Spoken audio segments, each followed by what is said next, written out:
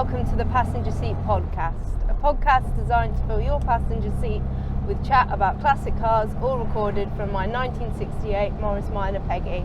I'm Becca, and today I'm going to be telling you about how Storm Dara absolutely destroyed our Clarke Garage. Because I know a few of you have asked in the past how we were getting on with the Clarke Garage that we got from a few years ago, and I think this is probably a pretty definitive overview of our experience with it.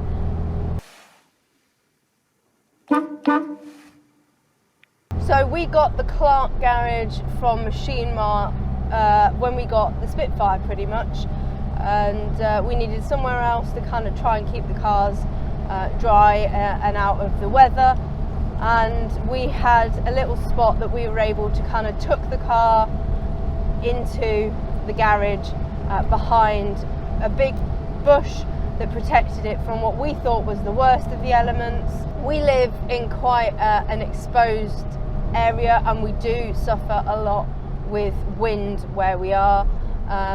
There is a lot of wind coming from both directions, and we knew that, but we also knew that the quite tall bush that we had, bush line really, at the end of our property was designed to kind of be a bit of a windbreak. We thought, well, if we took it as best we can behind that, then we should be pretty good for keeping it out of the worst of the wind. And there are other properties along the big main road that we live on that we had seen had got these garages, and they seem to be holding up reasonably well. So we thought, well, that's a good option for us then. It was going to hopefully, in theory, damage the paintwork less than a cover would do, and also give us some space to work on the cars.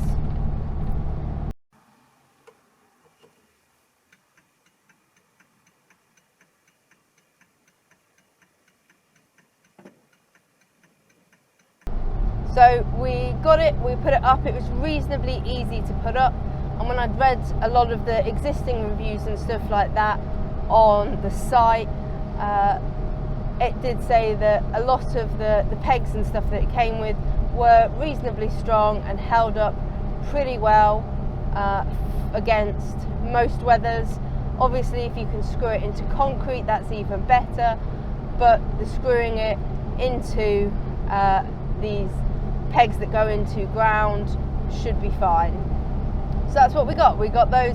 I think we might have opted for some extra strong ones that they do offer, but yeah, we got some of those and assembled it, managed to get it put into the ground, and were reasonably happy with it. It was a decent size, had room for us to be able to manoeuvre around the cars, and worked for what we needed it for.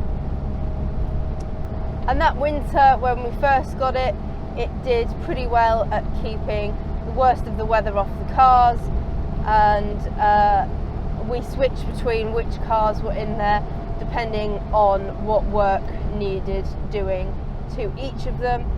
And more recently, when Peggy was away, the Spitfire was able to be in our garage attached to the house, and we were able to use the garage for storing and working on the engines that were needed to try and get the Spitfire back up and running. But we had a couple of issues with it. The pegs that we'd got for really like screwing it into the ground had not held up as good as we'd hoped. There had been a couple of times where it had quite visibly moved across, and once or twice where it had kind of blown apart a bit, and unfortunately the poles inside the tent had managed to get themselves out of what they were supposed to be in, and come across towards the car and had done some damage to the paintwork on the Spitfire whilst it was being stored in there. So we'd had a few issues with it, and to try and mitigate these, we'd ended up tying it in places to the tree bush line with rope, and also getting some postcrete and making essentially boots for the legs of it to weigh down the legs as best we could.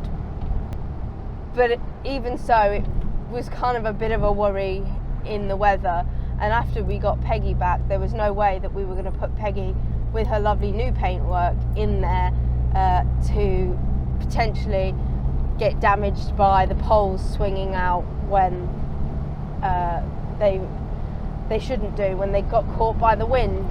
And so we did spend a lot of time going out checking on it whenever we'd had a bout of wind, making sure the poles were all back in. And I think there's probably stuff that you could do to make the poles more secure, like rivet them in or try and stop them from coming apart. But the idea of it is supposed to be that you have the option to dismantle it and reuse it at some point. And when it came to Saturday night of this week, we were kind of glad that that isn't what we'd done. So let's get on to that.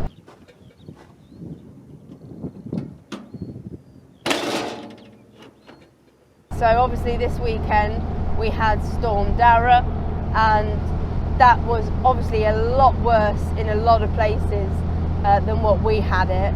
And when I was looking at the weather forecast and stuff like that, it didn't seem like it was going to be too bad. We definitely had worse winds in the area than that, and that it hopefully wasn't going to be too much of a worry.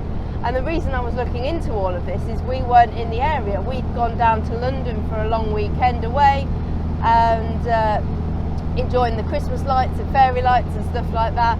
And so I was just kind of having a curious look at our Ring doorbell to kind of see how windy it was, and to see kind of what level of wind we were expecting it to get to. And we weren't really expecting it to get too crazy. Our neighbour was very good. He'd spotted that the zip had come undone on the tent bit, and so he had zipped it back down to try and stop the wind going into it and catching it. But yeah, didn't seem like it was going to be much of a problem. But it got to about 8:30, and we were having a meal with some friends in London, and I just felt like I should check the Ring doorbell, and I checked the Ring doorbell, and I saw that the tent was essentially rearing up at the front, going up on its back and kind of floating up above and then coming back down with some force when the wind stopped. And it was a bit concerning because obviously we had the Spitfire inside of it, and beside it, well, a little bit further along on the driveway, we had Jaffa. And whilst the paintwork's now not great on the Spitfire, we didn't want any worse to happen to it, and we also obviously didn't want anything to happen to Jaffa the scimitar. So we decided, okay, what we're going to do about it. And really fortunately, whilst we were there on a long weekend, our friends had only come up for the day to do a few bits and bobs with us for the day, go for a meal, and then they were going to be coming home that evening and would be able to divert and go past the house. So we kept an eye open on the Ring doorbell as they kind of got their train home, and whilst we were watching, we saw the fabric and stuff start to tear off of the garage, and it really starts to be pretty much of a bit of a shell of what it used to be. And so we were like, right, that's not ideal, that's not really what we want. So we were very pleased that they'd already agreed to go and do what they could. So they got there, I think maybe 10:30ish, and assessed the situation. We're able to see that, yeah, the fabric was essentially ruined, and that the poles were all just kind of disconnected as it was. So they got to dismantling the poles and cutting away any of the fabric, putting them down the side of our house, and basically meaning that any further winds that happened that night or the following day weren't going to cause any more issues. And there was 3 of them who went and did it, and it was certainly a 3-person job. because of the cold and the wind and the rain, it was really starting to be quite treacherous out there, and also it would be quite difficult to move some of the sections that wouldn't come apart safely in the winds away from the vehicles. So we're obviously hugely grateful to them for popping round and sorting that out for us, and basically making sure that the cars didn't face any damage.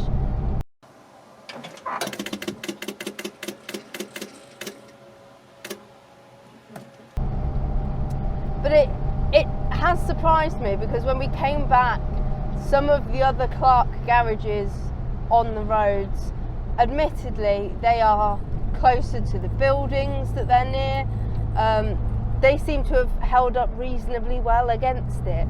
So I don't know if we just got unlucky in the way that the wind was coming at ours, because they are on the opposite side of the road.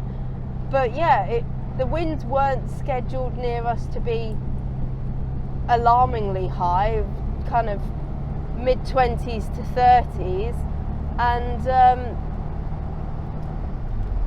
yeah, I was just a bit surprised really. But overall, what do we think of a Clarke garage? We certainly don't think we would buy one again in our current situation. We know that the winds are bad near us.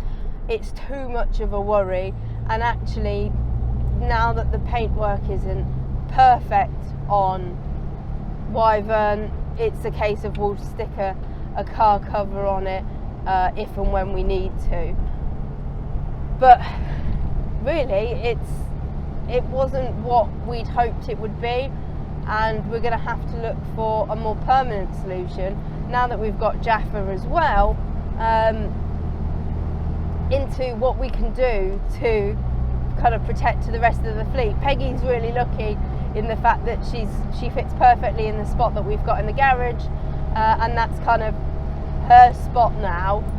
But yeah, we do need to think about what we do going forward, and that is always the problem when you've got a bit of a growing fleet, is finding places for them and finding things that are secure and going to keep them safe and not cause them more damage than just being out in the elements.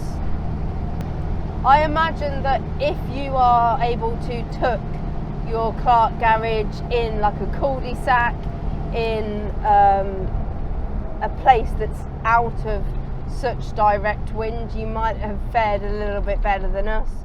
But in the exposed way that ours was, although still reasonably protected by the bush, it wasn't ideal really, and it wasn't what we needed to happen. And it's a little bit naughty, but I'm kind of glad that the damage happened to Wyvern rather than Peggy whenever she went back in it. Like, we learned that was an issue before we put a freshly painted Peggy in there at any point, and had that happen, because we were already wary of it by the time that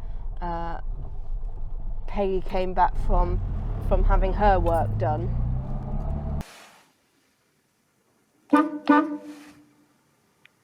So I hope that's answered some questions. The tent is completely beyond saving for us or being able to be reused in any way. They had to get scissors out and basically cut some of the fabric away from the poles to be able to, as quickly and efficiently, get the tent that remained away from the vehicles and prevent damage. So not ideal in that regard, but I'm sure we'll find another way to be able to get the cars covered up eventually and protected. But in the meantime, they're fine as they are.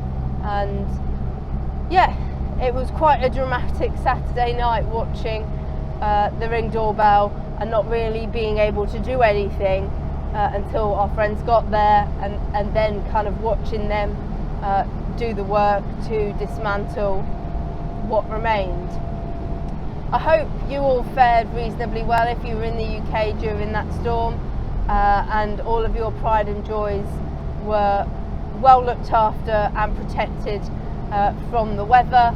We will have a podcast coming to properly introduce Jaffa the Reliant Civitor to the podcast and tell you a little bit about him and why we bought him. But if you want to see kind of a bit of a walk round, obviously Steph from My Driver Classic did a little test drive of him, and the joy that she experienced driving him is definitely the same sort of thing that me and Jamie experience when we get to drive him, and Jamie's been using him lots and lots since he got him. It's proving to be a very lovely and reliable little, well, absolutely giant really, vehicle, but lots of fun nonetheless. But thank you ever so much for listening. Drive safely and happy motoring.